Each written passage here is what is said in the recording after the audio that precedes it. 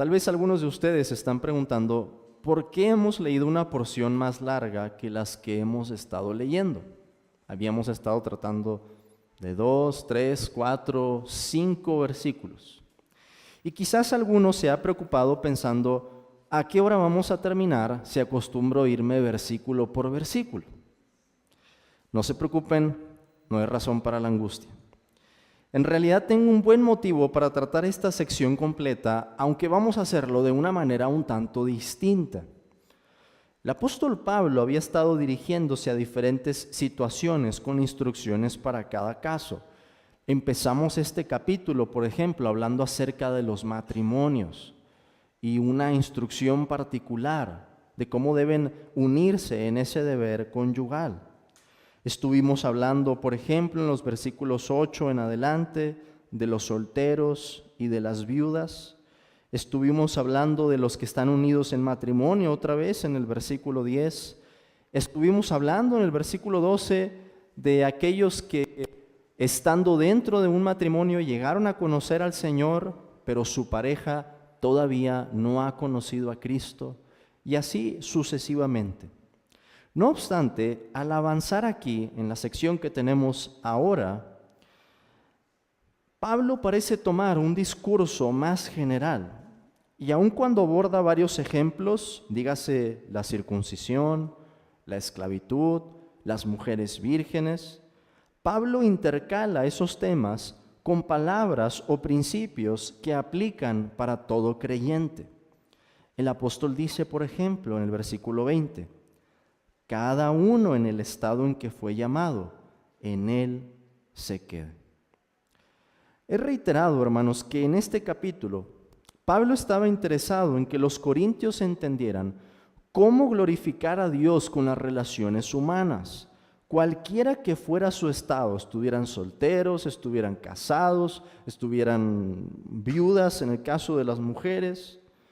En otras palabras, no se trataba de cuestiones meramente moralistas. Pablo no nos está dando algo así como los 3 pasos para vivir feliz en el estado en el que nos encontramos. No es así de simple la cuestión. Es algo muchísimo más profundo que eso. Es más bien cómo lo que Dios ha hecho con nosotros y por nosotros moldea por completo nuestras relaciones. ¿Qué es lo que Dios nos ha dado? ¿Quién es el que nos ha comprado para que le pertenezcamos? ¿Qué es lo que nos espera después de esta vida? Todas esas realidades en la mente del apóstol Pablo se aplican a algo tan práctico como lo son las relaciones humanas, la familia, el matrimonio, etc. El apóstol quería, pues, que los corintios vieran cómo el evangelio no destruye nuestras relaciones y vínculos lícitos, por supuesto, sino que los orienta para que le demos gloria a Dios con ellos. Vamos a ver entonces, hermanos, que Pablo nos da aquí 3 principios de cómo orientar nuestras relaciones para la gloria de Dios. Ese es el centro, esa es la meta, la gloria de Dios. Y Pablo nos da estos principios para que las relaciones humanas que Dios nos ha dado, las utilicemos con ese fin. ¿Cuáles son los 3 principios? En primer lugar, el primer principio es vivir según el llamado de Dios. Vivir según el llamado de Dios. Vamos a ver eso en varios versículos, versículo 17, versículo 20, versículo 24. El segundo principio es vivir como posesión de Cristo. Vivir como posesión de Cristo.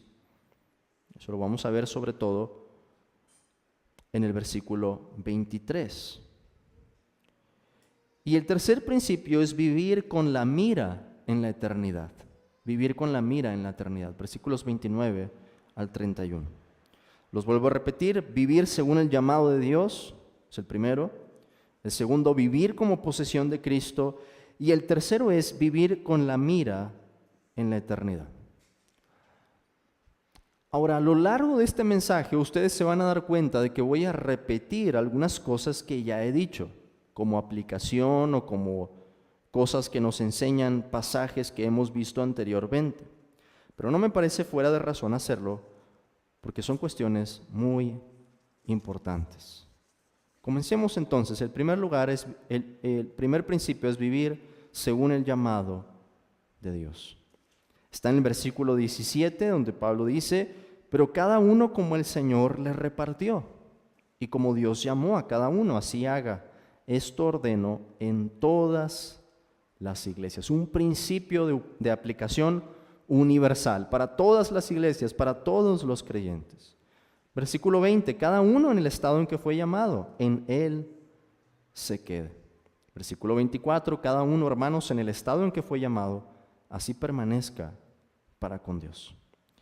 ¿Qué es entonces lo que significa vivir según el llamado de Dios? En primer lugar, significa reconocer que las relaciones humanas y los estados de la vida, la soltería, el matrimonio, la viudez, etc., son un regalo de Dios. Lo habíamos visto en el versículo 7 de este pasaje. Quisiera más bien que todos los hombres fuesen como yo, pero cada uno tiene, ¿qué cosa? Su propio don de Dios. Uno a la verdad de un modo y otro de otro. Y en el versículo 17 leemos que el Señor repartió a cada uno. ¿Qué es lo que Dios repartió? Dones, favores, regalos que no merecemos. Y ese regalo que no merecemos son las relaciones humanas. Las relaciones humanas, hermanos, dije el mensaje anterior, figuran en nuestros mayores problemas, nuestros mayores dolores de cabeza, angustias, frustraciones, tienen que ver con relaciones humanas. Pero no solo nuestros mayores problemas, también nuestras mayores alegrías. Piensen, por ejemplo, en las amistades, los convivios extendidos que uno tiene en la soltería, ¿verdad? Yo me acuerdo mucho estando en la iglesia en Guadalajara, que se hizo un grupo de jóvenes bien grande, íbamos al evangelismo juntos, de ahí nos pasábamos a cenar, y cuando ya iban a cerrar el lugar en donde cenábamos, pues nos pasábamos al que cierra más tarde a tomar un café, a seguir platicando, hablando de las cosas del Señor. Una oportunidad única. Las risas, hermanos, en las casas, con los padres, con nuestros hermanos en la carne, esas bromas de las que hablamos cuando nos volvemos a juntar y decimos, ¿te acuerdas cuando? ¿Verdad? Y salen las historias, el matrimonio, los hijos, los nietos. ¿Cuántas alegrías traen las relaciones? ¿Por qué nos trae alegría algo así? Porque son un regalo de Dios. Porque es Dios el que nos las ha dado. Porque Dios las ha hecho buenas. Dios no nos hizo, hermanos, para vivir aislados, encerrados o ensimismados. Dios nos creó como seres relacionales. Y hay una manera de usar esas relaciones. Por supuesto, el diablo pretende distorsionar esas relaciones, ya sea separándonos de maneras innecesarias o promoviendo el daño, el odio y las relaciones ilícitas. El diablo no puede hacer de otra manera. El diablo no puede crear relaciones, solamente puede distorsionar las relaciones que Dios ha creado. Desde un principio, hermanos, un hombre y una mujer. Y parte de la estrategia del enemigo para la caída consistió en acercarse primero a la mujer. El diablo entendía el orden con el que habíamos sido creados, que el responsable, el líder, era el hombre, pero se acerca a la mujer primero. La serpiente era astuta, nos dice el libro del Génesis, y es lo que busca Satanás hasta el día de hoy, que no veamos las relaciones como un regalo de Dios. En segundo lugar, vivir según el llamado de Dios significa que no debemos pensar que la fe cristiana ha llegado para abolir nuestras relaciones o trastornarlas. Este fue el error en el que cayeron los corintios. Vimos en el pasaje que aparentemente lo que estaban haciendo era exaltar el celibato. Decir, Pablo, según lo que tú nos dices, nuestra conclusión es que es mejor quedarse solo en todos los casos. Y aun si estamos casados, pues nos vamos a separar, Pablo. Pero el apóstol ha corregido ya esta idea. Y nos ha dicho, incluso en los que estaban casados con personas incrédulas, que no tenían por qué divorciarse. No había una razón para hacerlo.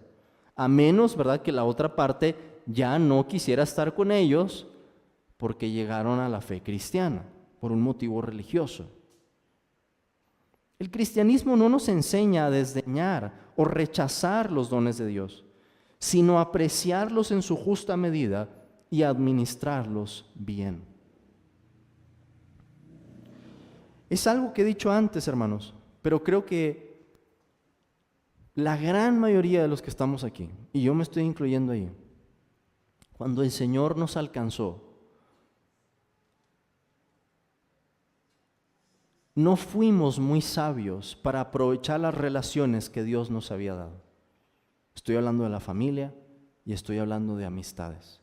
Y quizá muchos de nosotros pensamos que lo mejor era cortar las amistades, alejarnos de nuestra familia, empezar a pasar más tiempo en la iglesia, ya no estar en los convivios.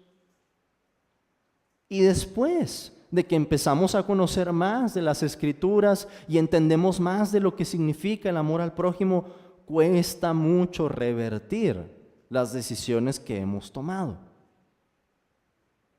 Es el error de los corintios, en un sentido, en un grado diferente, pero es un error similar.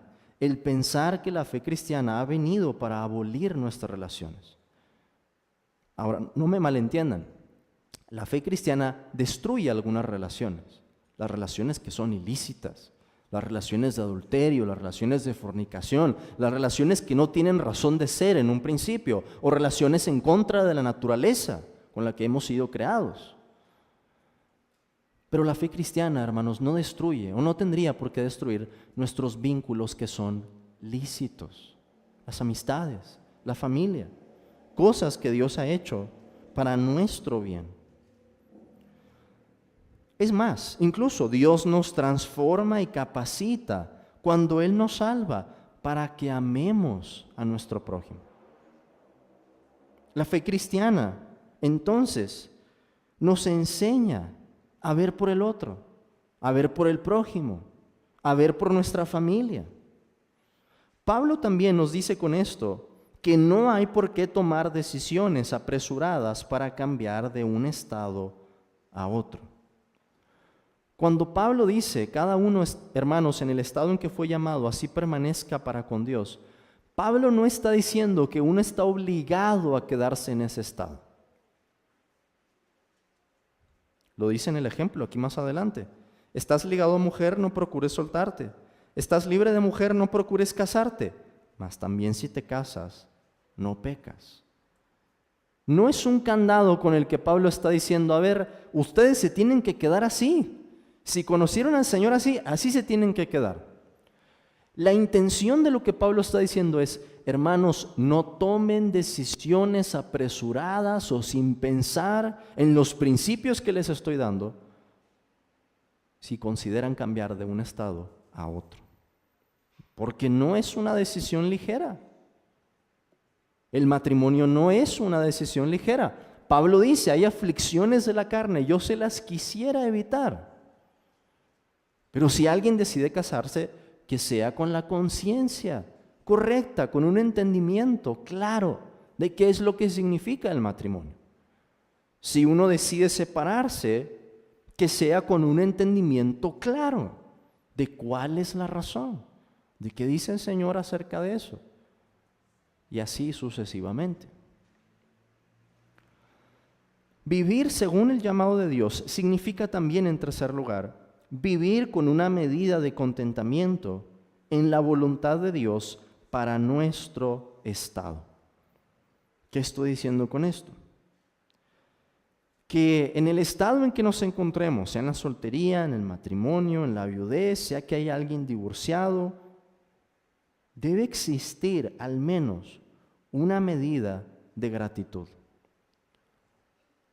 una convicción de que Dios nos ha colocado en un estado o en otro según su soberanía. Y esto, hermanos, por lo que dice Pablo, no solamente en un estado civil, como la soltería o el matrimonio, sino también en algún estado social o económico. Pablo habla de personas libres y de personas que eran esclavos. Y es que en los tiempos del apóstol Pablo todavía había un régimen de esclavitud. Todavía existía como algo legal. Pablo manda no hacer una revolución.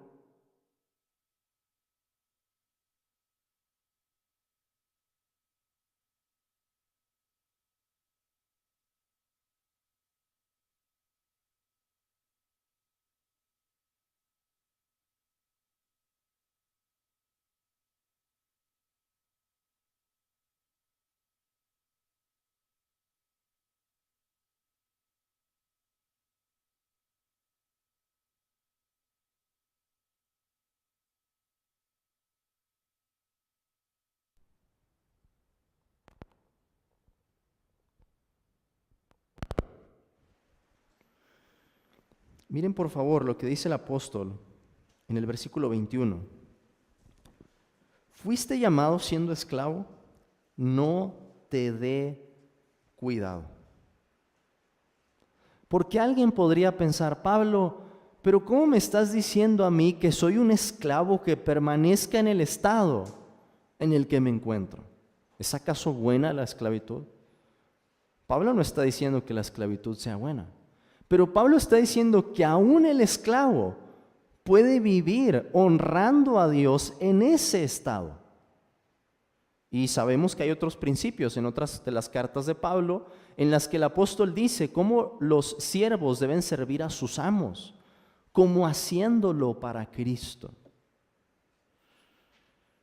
De esa manera, hermanos, este contentamiento debe estar presente en cualquier estado, en cualquier llamado. Un reconocimiento de que la soberanía de Dios abarca toda nuestra vida.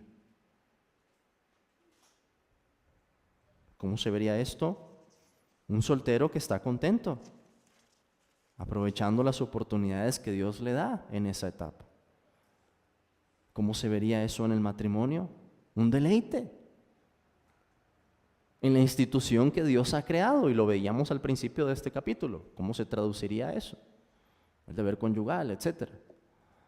¿Cómo se ve en el caso de la viudez? Gratitud también, por el tiempo que Dios permitió con la pareja, con el esposo, en la mayoría de los casos, ¿verdad? Con una gratitud porque el Señor no desampara a sus hijos, aunque uno se quede solo o sola, aparentemente en este mundo, o ya no tenga un compañero. Ese reconocimiento de que Dios es Dios de huérfanos y de viudas. ¿Cómo se vería eso en el divorcio? Aún un contentamiento, hermanos, en que Dios es el que sana las heridas, el único que puede tratar con ese dolor, en una oración por la salvación de la familia y del exesposo o la exesposa, con un ánimo pronto para perdonar las ofensas que se hayan cometido y entregar esa relación a Cristo. Así se vería vivir según el llamado de Dios. Ahora veamos en segundo lugar cómo se ve esto de vivir como posesión de Cristo. Es el segundo principio aquí, vivir como posesión de Cristo. Versículo 23, por precio fuisteis comprados, no os hagáis esclavos de los hombres. Pablo está diciendo a los corintios, ustedes han sido comprados por precio. Y dice esto, hermanos, justo después de hablar de la esclavitud y de la libertad. Pero pensemos primero, ¿qué significa esto de precio? porque es un tanto redundante decir que hemos sido comprados por precio. Esto significa vivir conscientes de que Cristo nos ha redimido. ¿Cuál es el precio? Pablo está recalcando aquí que hemos sido comprados por un sacrificio de un valor infinito, que Cristo ha pagado al Padre por nosotros para rescatarnos de la vida en la que vivíamos. Una persona de infinito valor presenta un sacrificio del mismo valor. Una persona que es Dios y hombre, nuestro Señor Jesucristo, Dios, y por eso su sacrificio tiene un valor infinito, hombre, y por eso puede representarnos a nosotros. Cristo nos ha comprado con su sangre. Ya le pertenecíamos a Dios, hermanos, como criaturas.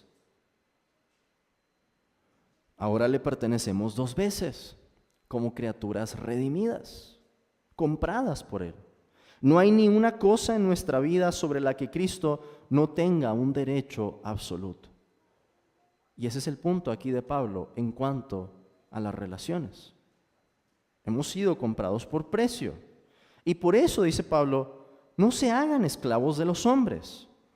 Vivir como posesión de Cristo significa también entonces vivir sin hacernos esclavos de los hombres.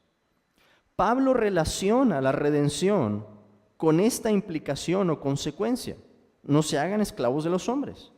Un cristiano libre tenía que permanecer así entonces para honrar a Cristo. Un cristiano que había sido llamado libre no tenía la opción de pensar en la esclavitud.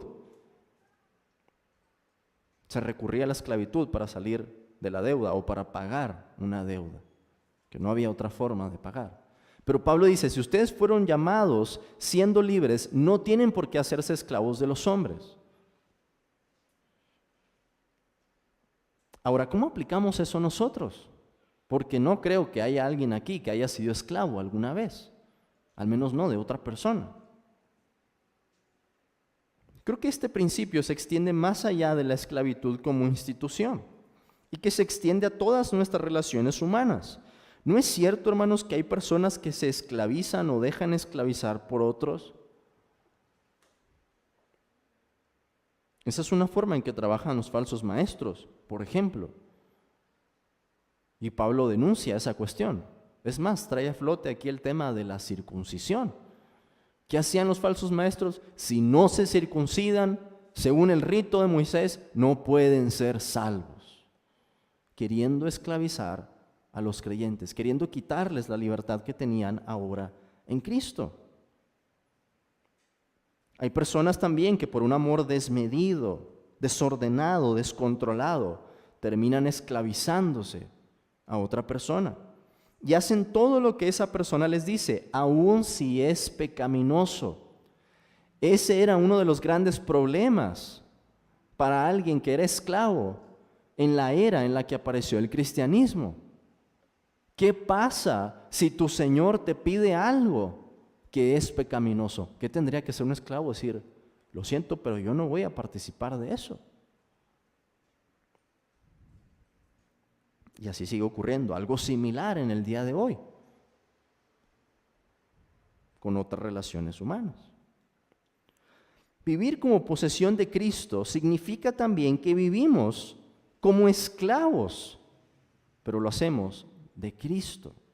Ven otra vez el versículo 22. Porque el que en el Señor fue llamado siendo esclavo, liberto es del Señor. Asimismo, el que fue llamado siendo libre, o sea, todos los que estamos aquí, que somos cristianos, esclavo es de Cristo. De hecho, la palabra siervo en el Nuevo Testamento se debería traducir también esclavo, porque es esa la idea. Somos esclavos de Cristo, tenemos un amo. Antes nuestro amo era el pecado. Romanos 6 nos habla acerca de eso.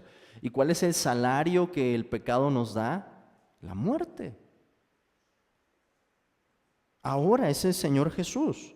Es un amo bueno, es un amo que es perfecto, es un amo que es todopoderoso, es un amo que es sabio, que sabe lo que es mejor para nosotros.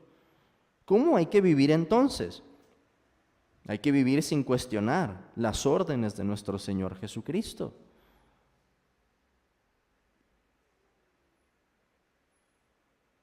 Sirvámoslo, hermanos, con ánimo pronto, porque no hay Señor como Jesús.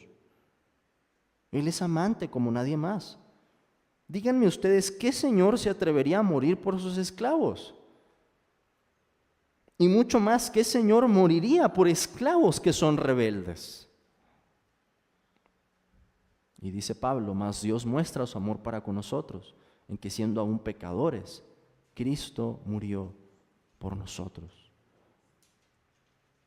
Un Señor que muere por personas que no son buenas, por las que no vale la pena morir, ni siquiera esforzarse.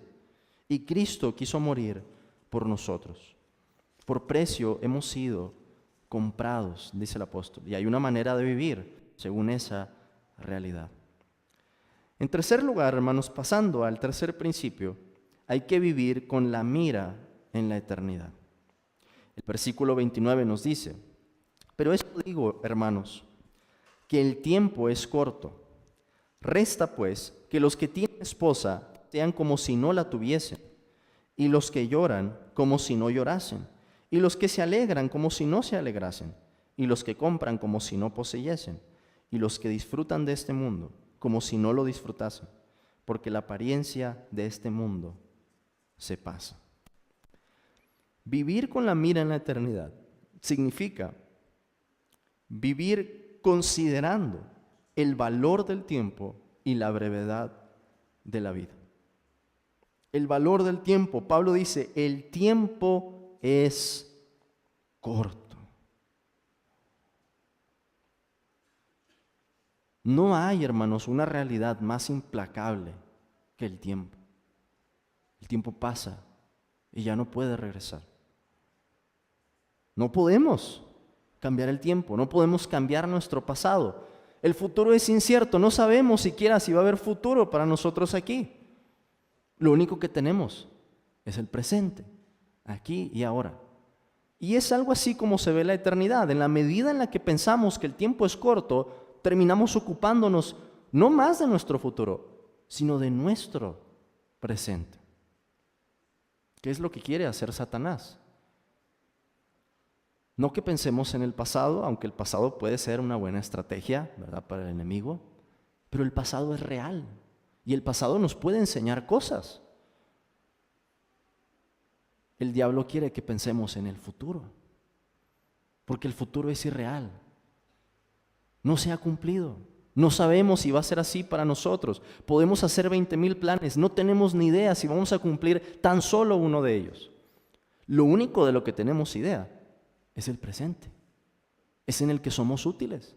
Es en el que podemos ocuparnos de la adoración. Es en el que podemos hacer bien a nuestro prójimo. Tenemos, hermanos, una sola oportunidad para vivir honrando a Dios con nuestros días y con nuestras relaciones. ¿Vemos el peso de eso? Cuando jugábamos de niños, o en los juegos que aún existen, sean de mesa, sean de roles, sean videojuegos, siempre hay más de una oportunidad. Pero en la vida real no es así. Tan solo hay una vida, tan solo hay una oportunidad, y uno la aprovecha o la desperdicia. No puede ser de otra manera. Vivir con la mira en la eternidad significa también tener a Dios como nuestro deleite supremo. Tener a Dios como nuestro deleite supremo. Pablo dice, el tiempo es corto. Resta pues que los que tienen esposa sean como si no la tuviesen, y los que lloran como si no llorasen, y los que se alegran como si no se alegrasen, y los que compran como si no poseyesen, y los que disfrutan de este mundo como si no lo disfrutasen. ¿A qué se está refiriendo el apóstol? Si vivimos con la mira en la eternidad, la idea es, no la reemplazaremos, no reemplazaremos a Dios, el dador de los dones, por alguna de sus dádivas o por alguno de nuestros estados de ánimo. toda forma de idolatría consiste en cambiar al Creador, a Dios, por la criatura o por algo que Él creó.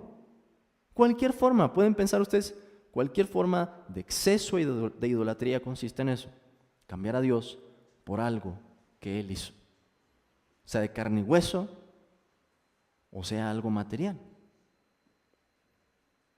Debemos reflejar, pues, en nuestras relaciones humanas, en nuestro estado de ánimo y en nuestra economía, que nuestro deleite supremo es Dios y no esas cosas, por más que las disfrutemos.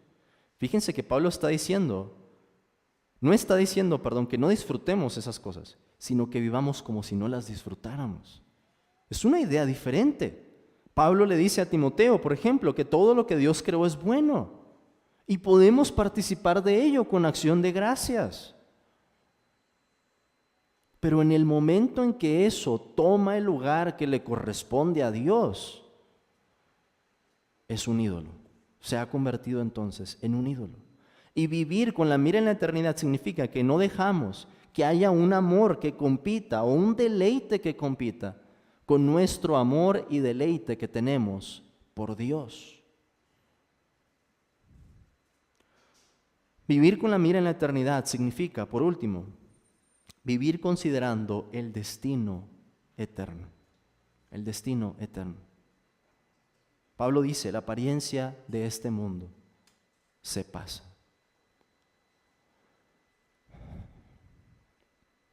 Hermanos, el pensar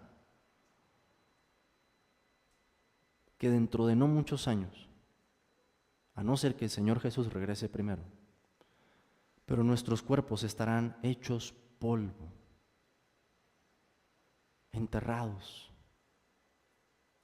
Y pensar que las cosas que conocemos en este mundo va a llegar a un punto, eso nos lo dice el apóstol Pedro en su segunda carta, que van a pasar por el fuego para ser purificadas cuando Dios traiga una nueva creación. Que todo este orden, según lo conocemos, va a desaparecer para abrir paso a un nuevo mundo. Y todas las personas que estén en ese momento van a brillar con un esplendor glorioso y eterno, o van a reflejar en sus propios cuerpos la vergüenza, el dolor y la miseria por todos los siglos. Estoy hablando del cielo y del infierno. Vivir con la mira en la eternidad significa que vivimos pensando o considerando esas dos realidades. Unos en el reino eterno de Dios, los otros en las tinieblas de afuera.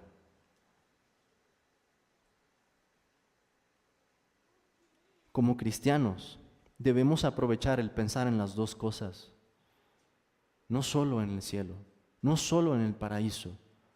Puede ser el motivo de nuestras meditaciones más hermosas, más consoladoras, el pensar en el cielo, definitivamente, definitivamente. Pero también puede ser el motivo de las meditaciones más sobrias, más solemnes, el pensar en el infierno. El pensar cómo sería nuestra vida, hermanos, si estuviera destinada a ese lugar. ¿Cómo sería nuestro destino si nos apartáramos de la fe a la que Dios nos ha llamado? Eso es lo que está en juego aquí. En otras palabras, vivir para la eternidad significa que vivimos pensando en esos dos lugares. Estas dos verdades deberían moldear la forma en la que pensamos en las relaciones humanas y en toda nuestra vida. Nuestros familiares, hermanos, algún día o van a brillar con ese resplandor eterno reflejando la gloria del Padre, o van a estar en el lugar de castigo. Por supuesto que eso cambia en la manera en que tratamos a otras personas. Por supuesto que eso debería impactar la forma en la que queremos amarlos y orar por ellos y rogarles que se arrepientan. Por supuesto.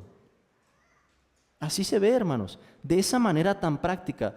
Tomamos algo que parece tan lejano o abstracto y Pablo lo aplica a las relaciones humanas, a cómo se va a ver la vida en el matrimonio, en la familia, o podemos extender eso en la carta a los Corintios, en la iglesia. Terminemos con 2 aplicaciones. En primer lugar, hermanos, quiero advertirles del peligro de una profesión de fe que no está secundada por el amor al prójimo. ¿Cuántas personas son farol de la calle y oscuridad en su casa? Personas que se contentan pensando que por haber hecho una oración vaga y tener buenas intenciones ya son cristianos, pero en cuyas vidas el amor al prójimo está ausente. ¿Se dan cuenta que podemos engañarnos así? ¿Que podemos venir a la iglesia y ser aquí muy religiosos y vivir sin amor? Pablo va a insistir en eso, en esta misma carta. Y no creo que sea una casualidad. En el capítulo 13, cuando vaya a hablarnos de la preeminencia del amor. En el verdadero cristiano no solo hay amor a Dios, hay amor al prójimo. Como lo dice Juan, no amemos de palabra ni de lengua, sino de hecho y en verdad. Hermanos, hay personas que profesan el cristianismo y tienen un carácter insoportable con su familia, con sus más queridos. Lo que estoy diciendo es, esa persona podemos ser uno de nosotros. Y no nos damos cuenta, venimos a la iglesia, hacemos la oración, tenemos el devocional, todo muy bien. Y alguien va a despertar en la eternidad dándose cuenta de que en realidad no conocía a Dios, que no había en su corazón amor al prójimo. En segundo lugar, los advierto también, hermanos, del peligro de pensar que debemos separarnos o aislarnos de todos al ser cristianos. Hay creyentes sinceros que caen en el error de confundir la piedad con la actitud de luto, con las faldas negras, con la formalidad fría y el no participar de ninguna reunión o convivio a menos que sea de la iglesia. Porque yo no me voy a reunir con los paganos, los impíos, hombres pecadores, ¿verdad? Esa fue la forma en la que oró el publicano. Dios, te doy gracias de que no soy como este hombre. Yo ayuno 2 veces a la semana, doy diezmos de todo lo que gano, hago mis oraciones. No hay nadie como yo, más religioso que yo. Es cierto, debemos buscar la pureza, debemos ser intencionales en buscar la pureza. Pablo nos ha hablado de la pureza ya, nos ha amonestado a huir, ha sido su palabra, del pecado de la fornicación, del pecado sexual. Y Pablo nos va a hablar después de cómo debemos pensar en las comidas en las que se ofrecen los alimentos a los ídolos. Y eso tiene que ver con la forma en la que convivimos. Pero también, hermanos, estamos llamados a relacionarnos, a salir al encuentro de nuestro prójimo. El buen samaritano nunca habría encontrado al otro hombre si no hubiera estado dispuesto a tener un ojo para ver la necesidad, estando allá afuera y después a atenderlo. Para ser un buen samaritano no se puede estar todo el tiempo en la iglesia o solo. Hay que salir a buscar a esas personas y encontrarlas en el lugar de trabajo, encontrarlas en sus casas. Cristo entró a las casas.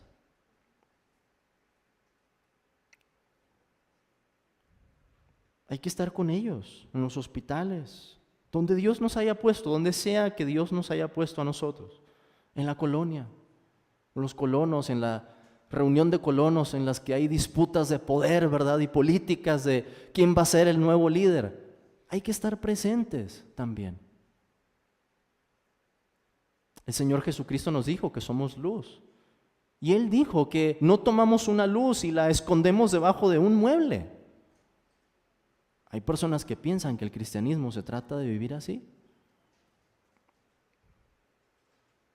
Voy a la iglesia los más días que puedo y yo me junto solamente con cristianos, ¿verdad? Debemos ser cuidadosos en cómo elegimos nuestras amistades también. Hay muchos otros principios, hermanos. Pero si queremos dar testimonio, si queremos alcanzarlos, hay que estar ahí, en sus reuniones. Hay que sentarnos a la mesa con ellos. Hay que comer de los mismos alimentos. Si vivimos en nuestras relaciones con esos 3 principios que he dado, estoy seguro de que los errores que podamos cometer no van a ser tan graves como los que cometeríamos si ignoráramos los principios que el apóstol Pablo nos ha dado aquí. Que el Señor nos ayude a vivir de esa manera. Amén.